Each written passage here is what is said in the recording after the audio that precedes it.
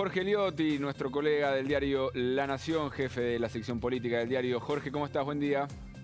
Hola, buen día, Gabriel, ¿cómo estás? Muy bien. Y este clima, hoy es una jornada de protestas en la calle con ADEMIS protestando contra el gobierno de la ciudad, ambientalistas contra el Congreso o presionando el Congreso por ley de humedales, sindicato de neumáticos contra el gobierno nacional por reclamos de paritarias. ¿Estás y ves un escenario donde se está empezando a levantar temperatura en la calle? Bueno, yo creo que se está retomando una dinámica que quedó interrumpida en parte por toda la cuestión vinculada con la causa de vialidad y el posterior ataque a la vicepresidenta. Cuando ocurrió eso, estábamos viendo un increciendo en la conflictividad social en la calle. Después de ese, digamos, en torno a ese episodio hubo un paréntesis por entender que había un clima excesivamente riesgoso y todos un poco se guardaron. Y ahora han vuelto otra vez a expresarse en las calles. Incluso entiendo que el colectivo de Unidad Piquetera está preparando una movilización realmente muy significativa para los próximos días en el centro porteño. Parece que esa es la agenda que siempre está pendiente, que tiene que ver justamente con la inflación y con los salarios, una puja que viene produciéndose hace mucho tiempo porque se ha agravado en los últimos meses a partir de los últimos indicadores, 7 el mes pasado, 7,4 el anterior, y lo que empieza a tensarse son todos los acuerdos paritarios que se habían alcanzado en el orden de más o menos el 60% han quedado desactualizados, ¿no? Entonces empiezan algunos por razones salariales y después hay otros con cuestiones sectoriales, ¿no? El caso de los docentes, que no está directamente vinculado a un tema salarial, pero digamos, la calle vuelve a ser la válvula de expresión de todas las presiones que hay en distintos sectores, tanto de lo sindical como desde las cuestiones puramente económicas. Jorge, buen día. Hola Sofía, ¿cómo estás? ¿Cómo andás? Cuando hablando de la inflación, cuando uno le pregunta a los economistas, ellos dicen, hoy la prioridad del gobierno no es bajar la inflación, y lo vemos en datos como que el Banco Central aumenta el tipo de cambio a un ritmo alto todos los meses y eso le establece un piso a la inflación. De parte del gobierno, ¿qué dicen en ese sentido? ¿Se están enfocando en bajar la inflación o creen que la prioridad sigue siendo, por ejemplo, tener reservas en el Banco Central para que no haya una brusca devaluación? Bueno, en realidad desde el acuerdo con el Fondo Monetario Internacional se interpretó que ese acuerdo tenía un componente inflacionario como una manera de ir licuando gradualmente el déficit fiscal, hacerle un poco más sencillo al gobierno llegar a la meta establecida del 2,5. El tema es que cuando se firmó el acuerdo la inflación estaba en el orden del 4%, incluso en algún mes un poquito menos.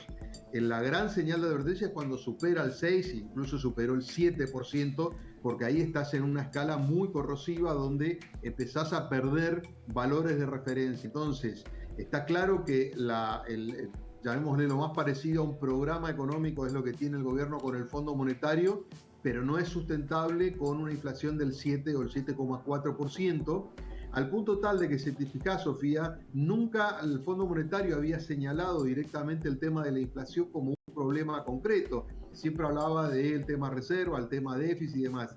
En la última reunión que tuvieron justo antes de la aprobación de la segunda revisión, fueron muy claros respecto de que no era sustentable el plan con estos ritmos de inflación. Yo creo que obviamente nadie piensa en bajar al 2%, pero sí tendría que ir una senda más parecida a la que había alrededor de marzo o abril, que lo que hemos visto en los últimos meses, ¿no? Especialmente después del mes más turbulento de todos, que fue el de julio, inmediatamente posterior a la salida de Guzmán y el interregno de Batakis. Una inflación que encima en septiembre sigue recalentada, según Ecolatina, un informe de ayer. En la primera quincena de septiembre arriba del 7%, 7,3%, es decir, sigue muy caliente el tema precios. Y en este contexto, Jorge, el Senado sesionando hoy para tratar el proyecto de ampliación de la Corte Suprema. ¿Cómo se entiende esto? Se entiende en la lógica de las agendas paralelas que viene teniendo el oficialismo desde hace ya bastante tiempo, ¿no? El kirchnerismo puro y duro, concentrado en la situación judicial de Cristina Kirchner y en los temas judiciales en su conjunto, que van desde el seguimiento de la causa vialidad a el seguimiento de la causa en la que se investiga el ataque contra la vicepresidenta, y ahora retornando curiosamente a una agenda judicial que no solamente está comprobado, que está muy fuera de las prioridades de la sociedad, de hecho la gente está mucho más atenta a lo que hablábamos antes, a la inflación, a la capacidad de poder adquisitivo del salario, que a la agenda judicial. Bueno, el kirchnerismo reinstaló ayer para tratar hoy un poco furtivamente nuevamente la agenda judicial con este planteo para ampliar la Corte Suprema y al mismo tiempo invalidando también lo que venía siendo ese tenue intento de diálogo con la oposición que nunca se llegó a plasmar, pero que tuvo voceros muy cercanos a Cristina como Guado de Pedro, ministro del Interior, o el senador Oscar Parrilli.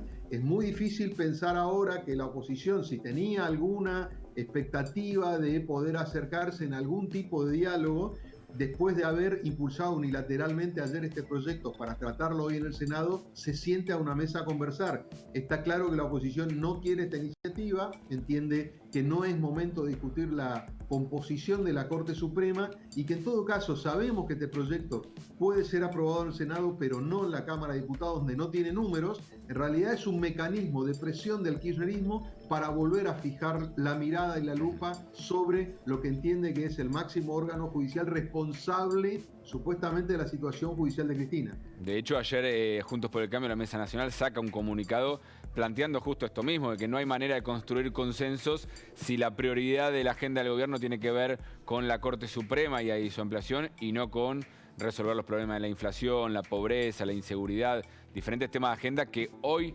parecerían no estar en el tema de discusión política. Es que claramente, Gabriel, vos tenés ya desde hace un tiempo, y especialmente desde que asumió Sergio Massa, que de alguna manera terminó traccionando la parte más importante de la gestión de gobierno, que es la económica, la que tiene que ver con estos temas que hablábamos anteriormente, y donde vale decir, ha tenido en su corto periodo de gestión más resultados desde el punto de vista financiero y monetario. Esto tiene que ver con cierta estabilización del dólar, con reforzar un poquito al menos mínimamente las reservas del Banco Central, pero que ha tenido menos resultados en la economía real, que es mucho más compleja y que tiene en la inflación el dato que de alguna manera refleja lo difícil que es acomodar todos los precios relativos, ¿no? Fíjate que estamos hablando de un piso, vos hablabas recién de un piso de inflación muy alto, cuando todavía ni siquiera impactaron los aumentos de tarifas. Entonces, Massa está llevando, yo te diría, la gestión de las cuestiones económicas con más resultados en lo financiero monetario que en la economía real.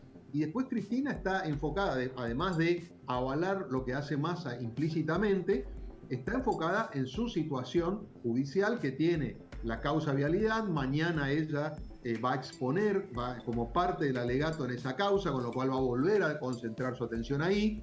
Sabemos que sigue con novedades la investigación del ataque contra ella, en la que intentaron asesinarla, con novedades, con cruces entre los mensajes que hablan claramente de una planificación y ahora con la investigación tratando de identificar quiénes pudieron haber interactuado con estos protagonistas directos, Abac Montiel, su novia y el jefe de esta banda de los Copitos, y después también ahora en el plano legislativo con este proyecto de Corte Suprema. Te digo, dentro del oficialismo no tiene tanto consenso porque saben que no es la agenda de la gente, sin embargo han resuelto impulsar esto con un dato muy pero muy curioso, es que originalmente quienes plantearon este proyecto de ampliación de la Corte fueron los gobernadores, con una promesa muy vaga que era, uno de los proyectos es aumentar a 25 por la integración de la Corte para que cada provincia tenga uno y después se agregaría un funcionario más. Es decir, un mini senado. Ahí hubo...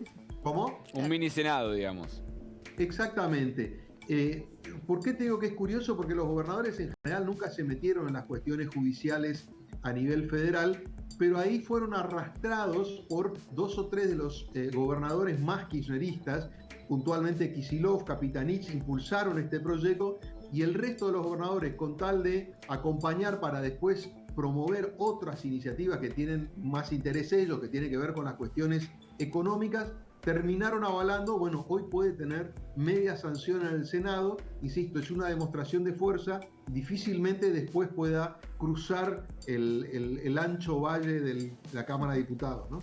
Muy claro, como siempre, Jorge Eliotti, muchas gracias por este diálogo. Por favor, Gabriel, Sofía, un gusto. Hasta mañana.